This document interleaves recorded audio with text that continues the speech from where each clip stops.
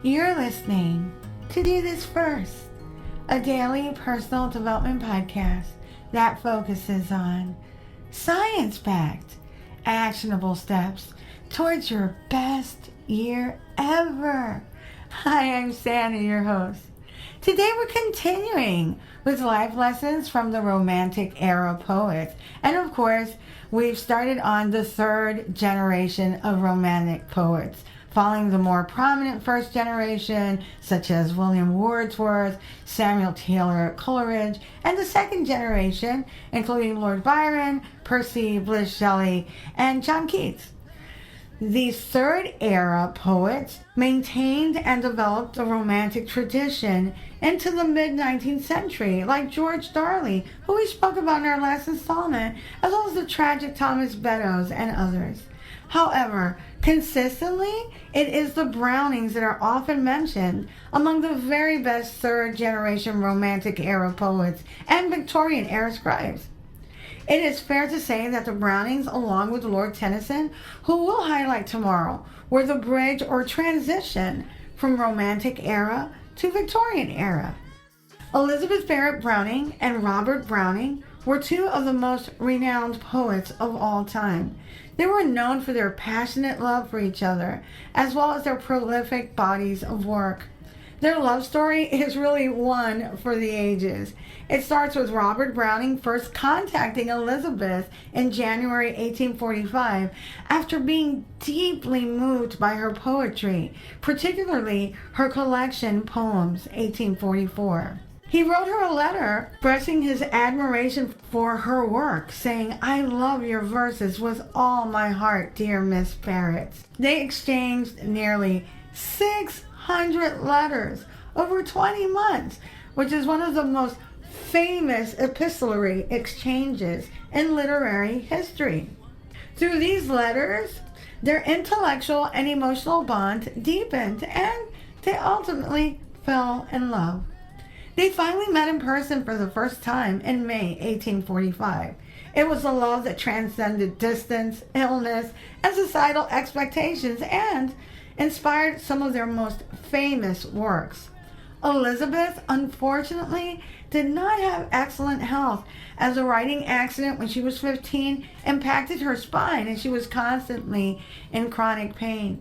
She also had weak lungs, and some say tuberculosis may have been the reason for her frailty. However, Robert's love gave her the strength to overcome her physical limitations and live a fuller life unbelievably. Robert Browning's bold and confident personality was a perfect match for Elizabeth's intelligence and sensitivity.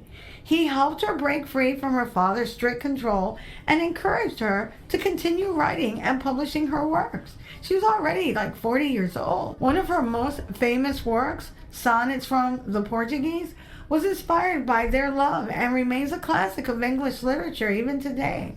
The Brownings' love story was not without its trials, however. Elizabeth was disowned by her father for marrying Robert without his consent, and the couple was forced to flee to Italy to escape the scandal. Both of them are grown adults. He was in his middle 30s and she was in, I think, 40 years of age. Despite these obstacles, their love only grew stronger with time, and they lived happily together for over 15 years until Elizabeth's death in 1861. Robert was devastated by her loss, but he continued to write and publish poems that immortalized their love. He never remarried. Some of Robert Browning's most famous works were inspired by his love for Elizabeth, including Men and Women, which is considered a masterpiece of the Victorian era. Elizabeth, on the other hand, is best known for her collection of love poems dedicated to Robert, as well as her epic poem, Aurora Leigh, which challenged societal norms and advocated for women's rights. Elizabeth and Robert Browning were true soulmates whose love inspired some of the greatest works of English literature and set a standard for romantic courtships and relationships. They brought the very best out in each other and inspired each other even before they were together by way of the written word. Robert Browning did right to tell her that he loved her verse with all his heart. He may have fallen in love with her through her poetry. That's what happens when your radar detects your true soulmate. Both of their literary outputs were amplified with their most important works written during their marriage. Robert Browning's most notable work was The Ring and the Book. It was an epic-length poem consisting of 12 books, and it is considered Browning's magnum opus. The work is based on a real-life 17th century Italian murder case. It explores the events from multiple perspectives, showcasing Browning's skill in capturing varied voices and psychological depths. The Ring and the Book is notable for its innovative use of multiple narrators and its profound exploration of truth and subjective reality. It's a monumental work in poetry that earned Browning critical acclaim for its complexity and its narrative technique.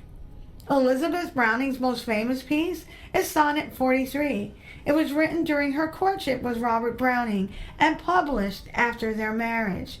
When you consider the struggles she experienced, including the betrayal of her own family, you start to really appreciate the love, peace, and unconditional devotion she gave and experienced with Robert and eloquently shared in the poem. The opening lines of the poem, I'm sure, is something that you'll recognize. Even 100 years later, these lines can still be heard across the world, and they are as follows. How do I love thee? Let me count the ways. Their love and works are a testament to the enduring power of the written word and the capacity of the human heart to transcend all obstacles in the pursuit of true love.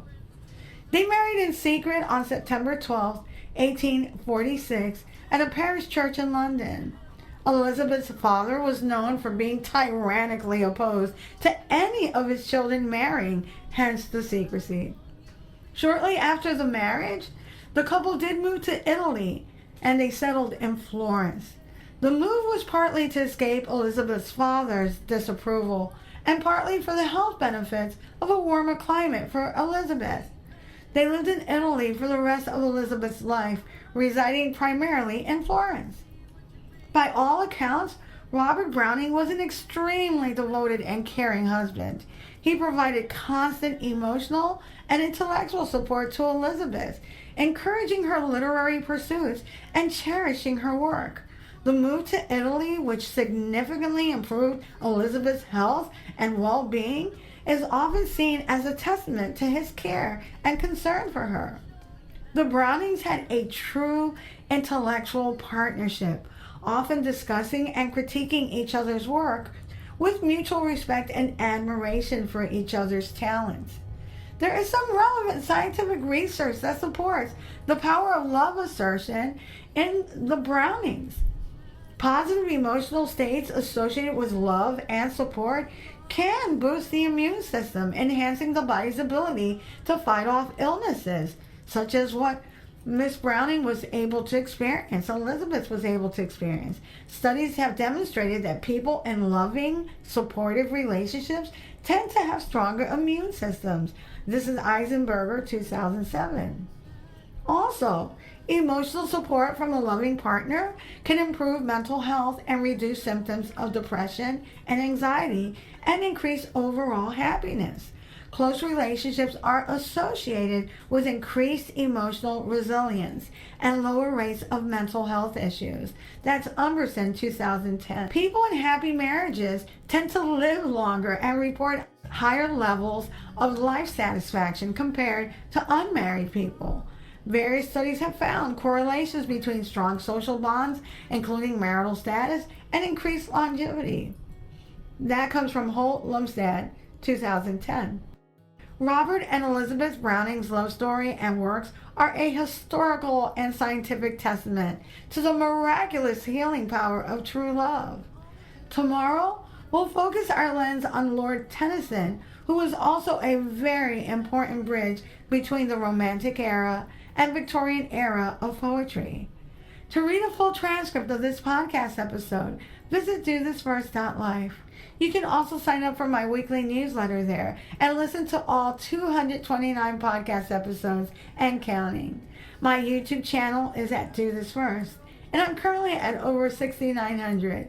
Thank you so much, all those who have subscribed. Tomorrow we'll continue with the third wave of the Romantic Era Poets. Till tomorrow. Moving past the rain.